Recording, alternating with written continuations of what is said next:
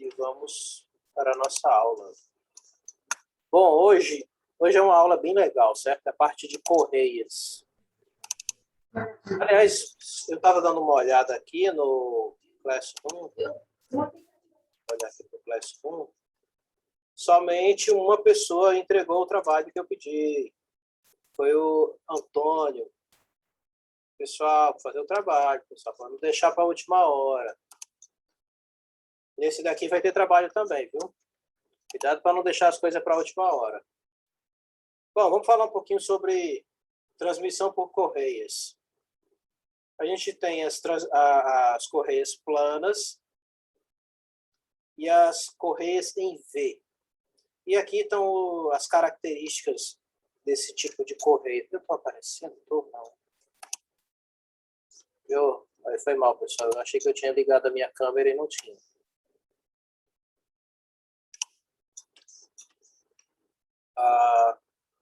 Estava falando agora com o Marcelo e achando que a minha câmera estava ligada. Foi mal. Então, vamos lá. Valores máximos, né, para alguns tipos de correia. Então, quando a gente for dar uma olhada na parte das correias, for dimensionar a parte de correias, dá sempre uma olhada nisso aqui, porque é importante. A potência, né, até 2 cavalos, né, 1.600 kW, rotação 18.000 RPM, são os máximos que ela aguenta, uma força tangencial de aproximadamente 50 kN, é muita força, é muita energia, uma velocidade tangencial de 90 metros por segundo. 90 metros por segundo é uma velocidadezinha considerável, tá? E distância entre centros, 12 metros. Significa que a gente pode ter 12 metros de distância entre a engrenagem movida e a engrenagem motora. Apesar de que 12 metros não é muito recomendado, porque é um negócio muito grande, né? A correia ela pode tensionar demais e quebrar, né? Mas são os valores máximos. A gente sabe que a gente nunca trabalha com os máximos, né? A gente bota ali um fatorzinho de segurança e trabalha com menos. As relações de transmissão, a ideal é 1:5, né, na relação de transmissão de engrenagens, e a máxima 1:10. No caso das correias em V, a potência já é um pouquinho menor, a velocidade tangencial também é menor, mas as relações de transmissão já são um pouquinho maiores, né? A gente já pode trabalhar com engrenagens, a relação entre as engrenagens elas podem ser um pouco maior. E os rendimentos, na minha opinião, eles são bem bacanas, né? 95% a 98% está dentro de uma faixa perfeita. A utilização, né? Nós temos as paralelas e as reversas, né? Os tipos de utilização, né? As paralelas para fazer transmissão direta e as reversas é quando a gente quer mudar o sentido do movimento. Eu estou com um movimento horizontal e eu quero fazer com que aquele movimento horizontal e eu quero fazer com que o movimento se torne vertical, né? Transversal. E já nas paralelas, não. Igual a moto, né? Ou a bicicleta, o movimento ele mantém o sentido e direção. Na parte de dimensionamento, né, das transmissões de correias em V, a gente precisa saber tipo de motor, potência do motor, rotação do motor, tipo de máquina que a gente está trabalhando, a rotação dela, distância entre os centros, movido e motora, e o tempo de trabalho diário daquela máquina. Eu tenho uma colega que ela comprou há pouco tempo uma máquina para extrair óleo de semente de fruta. Ela bota lá semente de maracujá e a máquina espreme lá, ela gira lá uma espécie de sem fim, uma barra sem fim, espreme a semente, o óleo vai para um lado e o bagaço vai para o outro. Faz a mesma coisa com coco e com outras frutas, sementes. E ela me dizendo que estava testando a máquina e testando cada vez menos temperatura, porque ela também aplica a temperatura na ponta. Quando ela chegou numa temperatura A máquina diz para trabalhar ali com temperaturas ali a 90 graus, 80 graus. Só que para tentar economizar energia, ela teve a brilhante ideia de baixar a temperatura gradativamente. Aí ela começou ali, fez uma batelada com 90 graus, beleza. Baixou para 80, 70.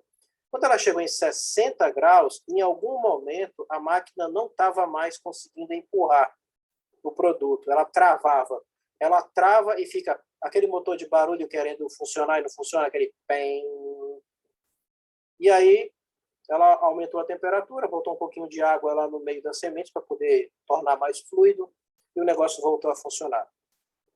Então a gente tem aqui a questão do tempo também. Quando ela percebeu que 4 horas de trabalho, a máquina ela desliga automático. Não importa se você tem produção e tem que entregar nada para ninguém, não.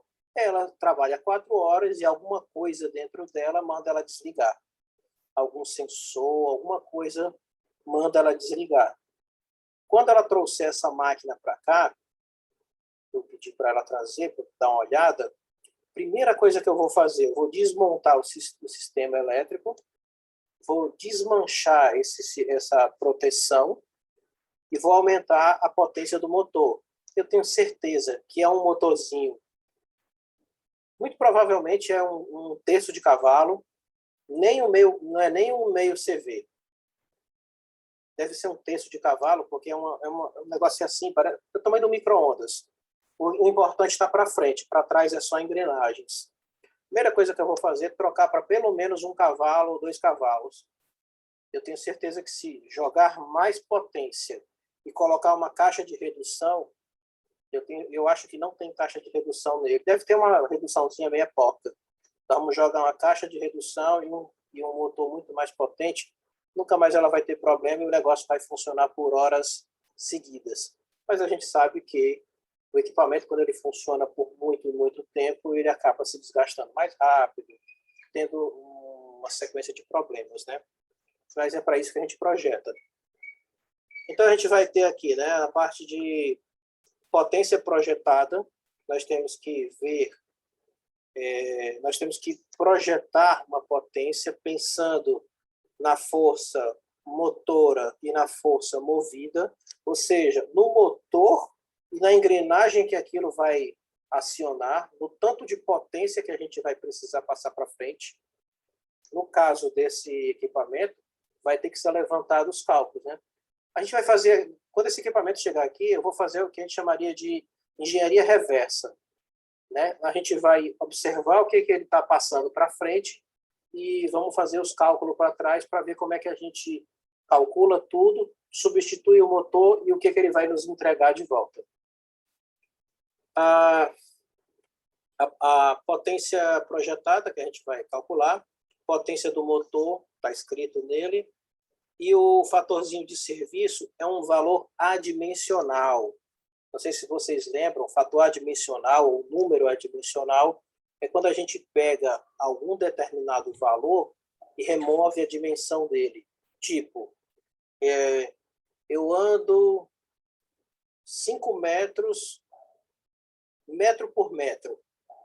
Né? Por exemplo, metro por metro. Eu ando 5 metros com uma velocidade de alguns metros. Aí eu pego o metro que está em cima, o metro que está embaixo e eu torno isso um adimensional. No caso aqui, ó, eu tenho potência, que é cavalo, e eu tenho potência, que também é cavalo. Se eu jogar essa potência do motor para fora da equação, esse meu fator fica sendo PP sobre P motor. A potência desse lado de cá, ela é cavalo, a outra também é cavalo, vai embora, se torna um número adimensional. Fica mais ou menos parecido com isso aqui, ó. Isso aqui é um número adimensional, tá? A eficiência. Só não é eficiência porque eficiência é outra coisa, mas a eficiência é um número adimensional também.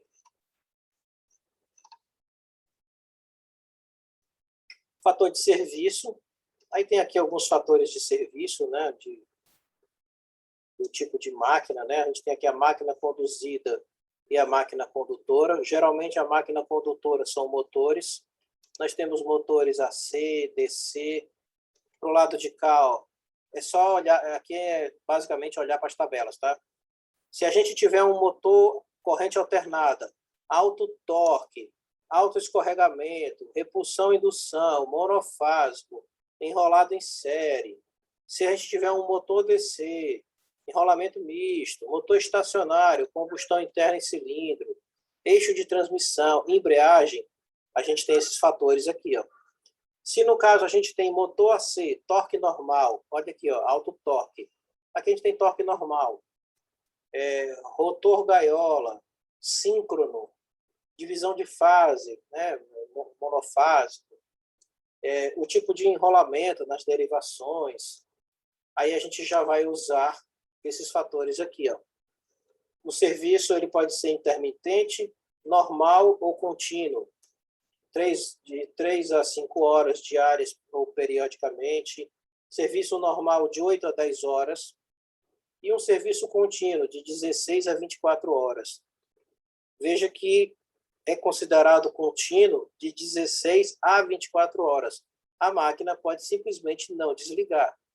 Tem máquinas que só desligam para fazer manutenção, e acho que vocês sabem disso melhor que eu. Principalmente a galera da área da manutenção, né? E aqui estão os tipos, né? Agitadores para líquido, ventiladores, exaustores, bombas, compressores, ventiladores de até 10 cavalos, geradores, tem um monte de coisa aqui que depois vocês vão dar uma olhada com calma. Essa daqui é uma das partes que eu mais gosto na parte da mecânica, que são as tabelas. Se a gente reparar bem, vamos dar uma olhada com calma nessa tabela aqui. Deixa eu explicar ela com um pouquinho de calma. Observe o seguinte. Vou usar esse aqui não, vou usar esse aqui. Observe o seguinte, olha só, eu tenho aqui o 1, o 2, o 3, o 4, o 5, o 6, o 7, o 8, o 9 e o 10. E aí, de novo, né? No caso aqui, o 15, o 20, o 30, o 40. E olha o espaçamento. Olha o espaçamento. A gente, quando está criando uma tabela, principalmente quando a gente vai lá para o Excel, a gente coloca lá eixo X, eixo Y, escreve a planilha, vai lá para o Excel, escreve a planilha, coloca o eixo X, o eixo Y, manda plotar. Vai dar um gráfico mais ou menos como esse. Só que essas coisas aqui, elas não funcionam linearmente. Né? Elas vão ter uma cara mais exponencial. Só que para a gente quebrar essa cara exponencial dela, a gente joga para um gráfico na escala logarítmica. Essa escala aqui é uma escala logarítmica. Olha aqui, do 1 para o 2, olha essa distância. Só que do 2 para o 3, a distância é muito menor. Deixa eu piscar com esse aqui. Olha só a distância do 1 para o 2 e a distância do 2 para o 3, e ela vai ficando cada vez mais apertadinha. Né? Da mesma forma, no eixo X e no eixo Y. Então, a gente vai pegar vários dados, isso aqui são tempos e tempos de coletagem de dados, e a gente vai escrevendo essas tabelas. Elas vocês não precisam inventar elas, só precisam saber usar. Tá? Você vai comprar um motor, alguma coisa do gênero, vem a tabela explicando como é que é o uso dela. E geralmente ela vem desse jeito aqui. Como é que funciona ela, né? No frigir dos ovos. Vou botar uma letra um pouquinho maior, vou botar um vermelho. A gente tem aqui a rotação do motor, seja ela qual for. A gente vai caminhar aqui, a gente tem aqui o tipo de correio, né? E aí a gente vai caminhar nessa linha até a gente achar a potência projetada. Tá? Para cada tipo de ambiente que a gente vai ter aqui. Certo? Geralmente você vem com ela aqui, ó, caminhando, na hora que ela bater aqui transição, a gente desce e acha o valor lá embaixo. Eu escrevi torto, mas é para usar uma régua, se for o caso, para poder localizar. Numa hora de prova, eu aconselho vocês a bater uma cópia disso aqui, tá? Para não ficar só assim. Mas na hora, se quiser usar aqui no computador, por exemplo, vocês podem fazer assim, ó.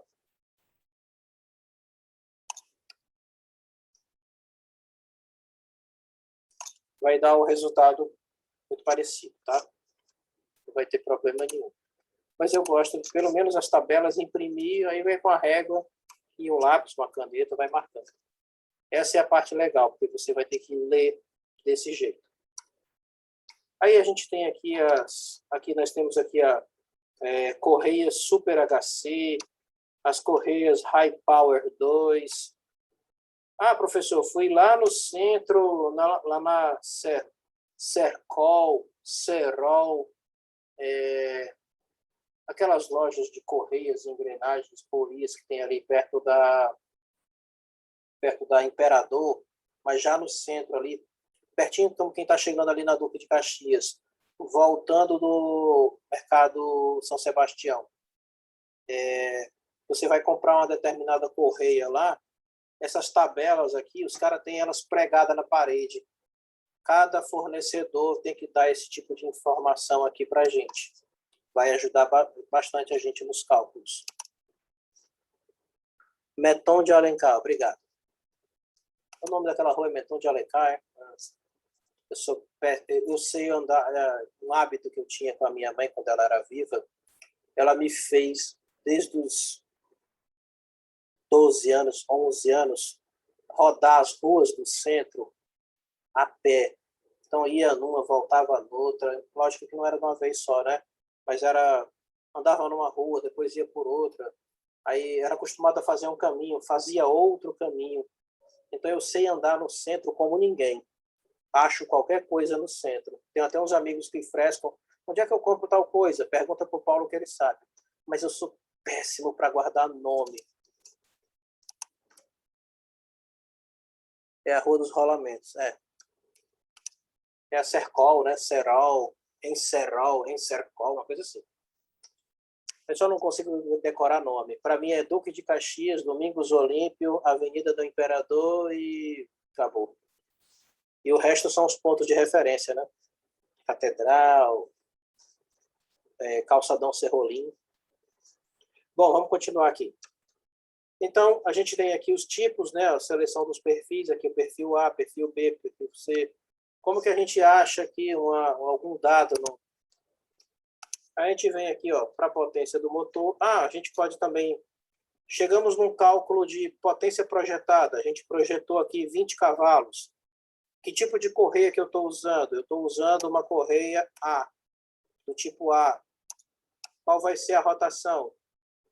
Aqui, A gente também pode fazer essa conta voltando. Eu estou trabalhando com um motor que tem... Eu preciso de uma rotação que tenha 2.500 RPM e só pode ser, no caso aqui, só pode ser a correia do tipo A. Aqui, E aí, qual vai ser a potência que eu preciso lá, potência projetada? 30, aí você faz uma aproximação aí, 33, 34 cavalos, tá? É uma aproximação. Professor, eu preciso ser exato, precioso nisso aqui? Não, uma aproximação. Vocês vão ver que se eu tivesse colocado 30 cavalos, na hora lá de executar os cálculos, os resultados finais, eles não são tão distantes. Então, é aquela questão de não vai ter uma resposta. Por mais que eu faça uma pergunta para vocês, eu vou botar na prova, botar lá 1000 RPM. Cada um de vocês vai apontar para um lado diferente. Não vai ter uma resposta única. Todas as respostas vão estar corretas, desde que todas estejam naquele espaço, né? Imagina, o cara vem aqui, 1000 RPM, vai bater mais ou menos aqui, desce aqui, tá bem por aqui assim, Aqui é 10 e aqui é 15. Aí o cara diz 14. Tá bom. O outro diz 13. Dá para engolir. 14,5. Tá, dá para chegar perto. Aí o cara vem dizer, não, deu 10, deu 11. Já fica distante. Tá? A gente está observando que ele vai estar mais ou menos por aqui, ó, nessa região aqui. E a gente também tem a opção de pegar isso aqui e tentar colocar no Excel, no Origin. O Origin, depois eu vou mostrar para vocês como é que a gente consegue transformar isso aqui em dados de volta utilizando o Origin. Isso aqui foi feito como? Como é que a gente plota uma tabela dessa? Você abre um Excel da vida, o Origin, o Excel, MATLAB, qualquer software desses, escreve lá X, 1, 2, 3, 4, 5, 6, 7, 8, Y, plot. Aí ele vai plotar X, vai plotar Y. Acabou. E quando eu não tenho a tabela, quando eu só tenho o gráfico, mas eu preciso da informação da tabela para talvez criar uma equação, o Origin ajuda a gente a trazer essa informação de volta. Eu vou mostrar a vocês depois a fazer como é que faz isso utilizando o Origin. Existem outros programas que fazem isso, mas a grande maioria é paga ou então te dá uma licença aí de 30 dias e não faz muito sentido tendo o Origin, que é muito mais interessante. Então a gente tem aqui o diâmetro das polias, né? Por meio da tabela 2, as Super HC e as High Power, determina-se o diâmetro menor em função da potência do motor e da rotação do eixo mais rápido, segundo essa norma aqui, ó. Então está baseado em uma norma. Eu acho que eu já tinha dito para vocês que nós somos regidos por norma. A gente tem norma para só um tudo. Quer subir numa escada de ré? Tem norma. Quer descer um peso? Tem norma. Quer subir uma coluna? Tem norma. Quer fazer uma engrenagem? Tem norma. A galera está discutindo agora normas para impressão 3D, que não tem ainda, né? Não é normatizado. Então a gente tem aqui, ó, os diâmetros, né, que a gente vai ter aqui, ó, baseado aqui no diâmetro, baseado em quê? Potência do motor por rotação, ó. Aí a gente tem aqui, ó, 2 cavalos, uma rotação de 690, vai ter aqui, ó, um diâmetro 3, tá? Eu posso fazer uma interpolação linear aqui? Posso, né? Vai que eu não tenha esse tanto de rotação aqui. A gente pode fazer, sim, algumas interpolações. É só para mostrar as tabelas estão aqui. Diâmetros de pitch, né? Pitch mínimo recomendado em polegada, que é no caso de polegada. Então, a gente tem aqui os nossos diâmetros aqui, ó, em polegada. Aqui está em milímetro, tá? E aqui está em polegada. Para a gente trocar polegada, milímetro, de polegada para milímetro, basta multiplicar por 25,4. Não sei se vocês lembram, ou se algum professor já falou para vocês, de onde que veio a unidade polegada, né? Está sendo gravado, né? Eu tenho que fazer um negócio desse aqui, mas eu perco até o emprego, mas não vou perder a piada, não. Se você pegar o paquímetro,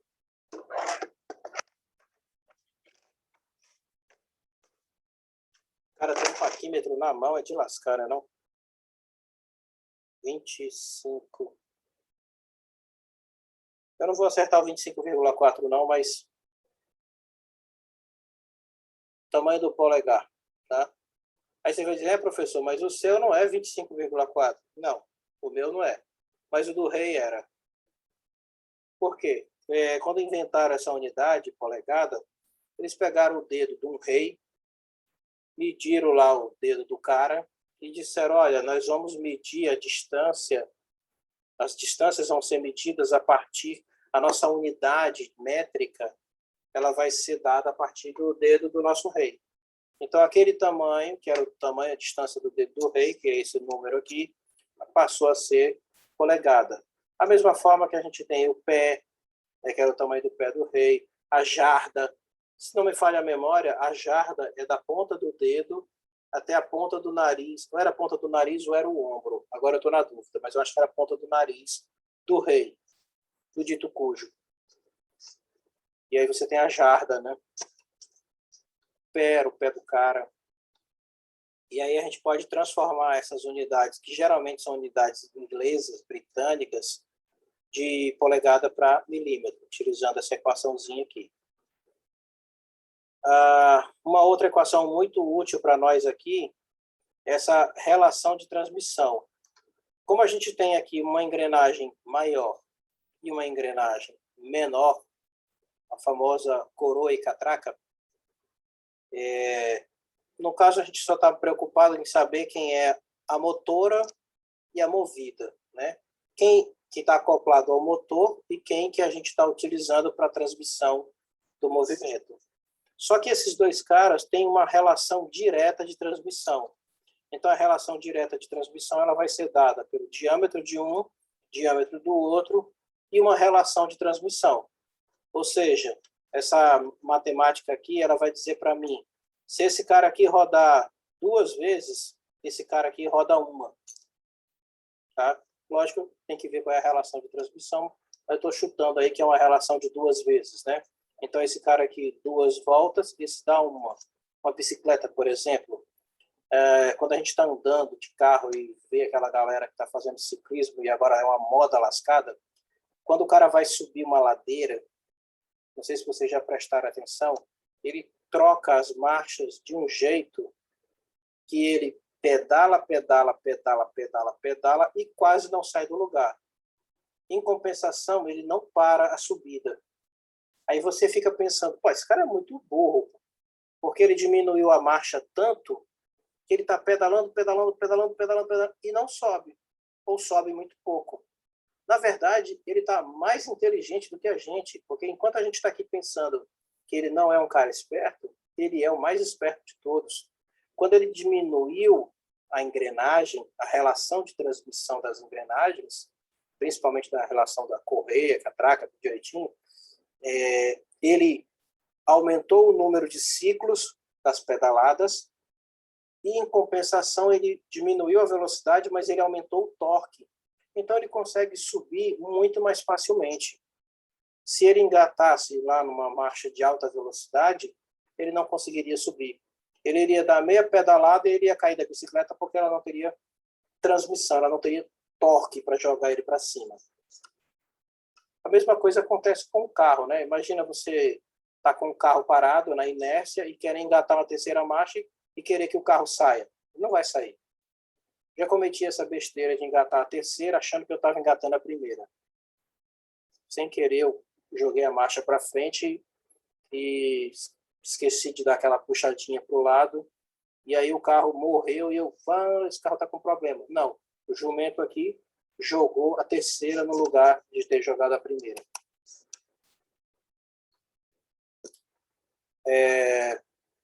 10 minutinhos. Assim que ele encerrar, a gente volta. Aí eu tenho que fazer aquela boa e velha pergunta clássica que eu sempre faço para vocês. Eu tiro direto ou vocês querem intervalo?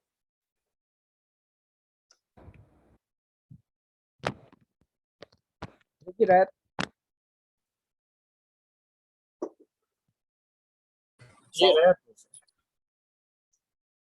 Beleza, vou fingir que os outros disseram direto também, que estão sem se manifestar. Maciel, Bruno, Fábio. Pode tirar direto, professor. Quem foi esse que respondeu? Direto. Bruno. Beleza. Então, tá. Vou tirar direto, tá, pessoal? Assim que fechar aqui, a gente volta, tá? Tá, vou voltar aqui. Relação, né? Na relação de transmissão, a gente vai ter a relação entre pode ser pela rotação, pode ser pelo diâmetro, pode ser pelo número de dentes. né?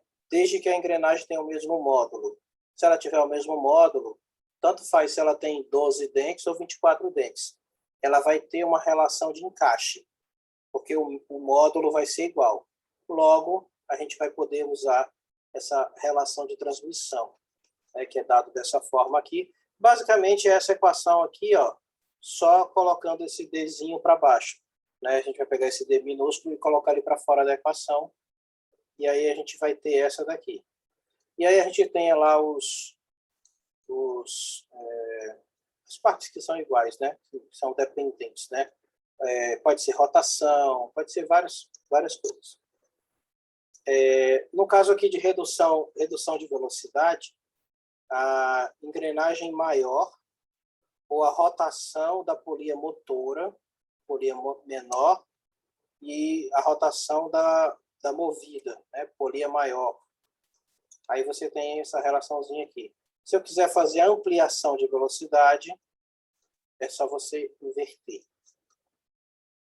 Portanto, se a gente substituir essa equação lá, aquela outra lá, a gente vai obter essa outra equaçãozinha aqui. Na hora da gente fazer os cálculos, eu tenho um software aqui que vai me ajudar a mostrar os cálculos sendo executados de forma... Vocês vão ver o negócio um pouquinho mais bacana. Então, a gente tem aqui, ó, o diâmetro da polia maior em milímetro, o diâmetro da polia menor, a maior rotação e a menor rotação. Cálculo do comprimento das correias. Se a gente parar para prestar atenção e observar o seguinte, eu tenho uma correia aqui, eu tenho uma engrenagem aqui, eu tenho uma engrenagem aqui.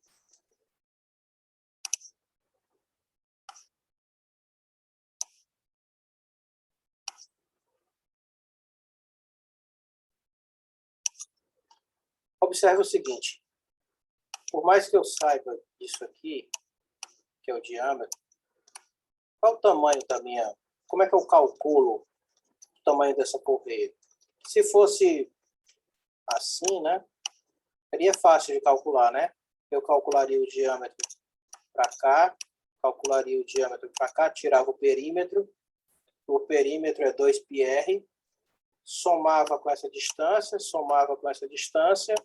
ou pegava essa distância, multiplicava por 2 e ia dar de boa. Só que esse cara aqui, ó, ele é inclinado, eu desenhei nesse ponto aqui de propósito. Ele não vem para cá, ele vem um pouquinho antes, bem aqui, ó. Se vocês observarem, ele não descola aqui da correia, né, da engrenagem. Ele descola mais ou menos por aqui. Então, ele tem uma distância um pouquinho menor. Para resolver esse problema, a gente tem esta equação, que vai dar para a gente, o comprimento vai ser 2 vezes a distância dos centros, aí já tem esse número aqui, diâmetro maior, diâmetro menor, e essa segunda parte da equação ao quadrado. Que essa parte aqui ao quadrado, é justamente esse trechinho aqui, ó. Ela não vem até aqui, como eu coloquei. Vem aqui, ó. Ela não vem até aqui, ó. Ela vem até um pouquinho aqui, ó. Pode olhar para a moto, pode olhar para a bicicleta. A relação, ela não vem aqui direto para cá. Ela vem um pouquinho, ela vai sair um pouquinho daqui. Na menor, talvez até saia um pouquinho antes aqui. Mas na grandona, ela vai fazer mais ou menos isso aqui, ó. Vai vir daqui para cá, tá? Então, não é uma relação muito fácil de calcular. E aí a gente tem essa equação aqui que já ajuda pra caramba a gente.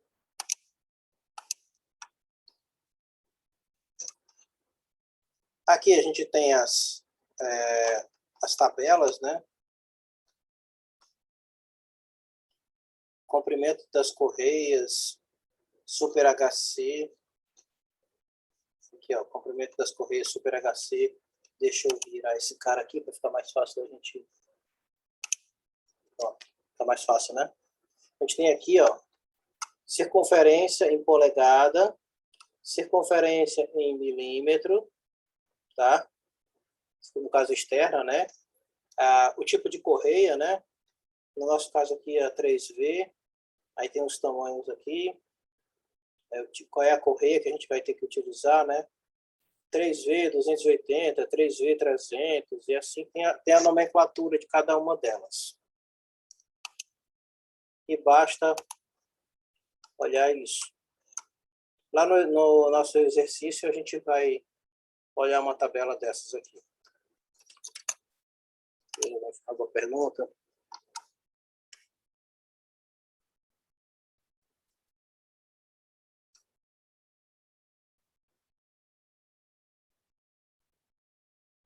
Felipe. Tá ok, Felipe, sem problema. Acho que 9 horas a gente já vai ter encerrado. Não, 9 horas mais ou menos, acho que dá tempo. Ajuste da distância entre os centros. Se a gente pensar aqui, entre os centros existe uma distância, a gente vai comprar uma correia para aquela distância. Só que a gente tem ali fatores de correção. A gente precisa de uma correia que tenha um tamanho X. Mas a gente não vai encontrar tamanho X. Às vezes é um pouquinho a mais, às vezes é um pouquinho a menos. O ideal é que você compre até um pouco a mais e depois você coloca ali um esticador. Quase todos os sistemas possuem um esticador. Os que já são perfeitos, já feitos naquele molde, não. Mas alguns usam esticador. Pena que eu não tenho foto, mas eu tenho aqui o torninho que a gente tem lá no laboratório. Sei que alguns de vocês trabalham com torno, têm acesso, mas deixa eu mostrar aqui. Torno Ferrari. Oh, perdão, mini torno. Mini torno Ferrari.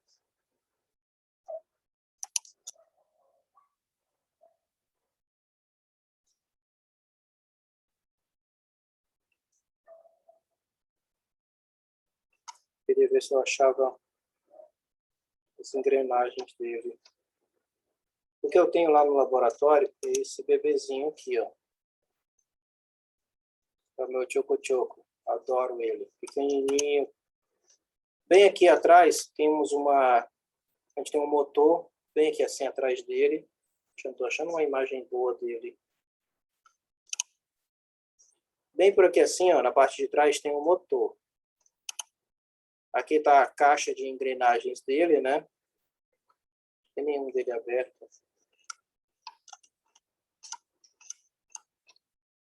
Nenhum aberto.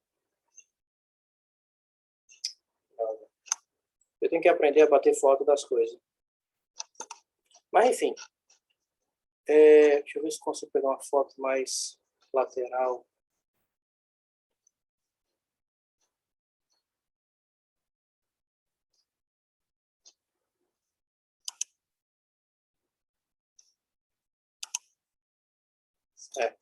O motor está bem ali atrás, ó.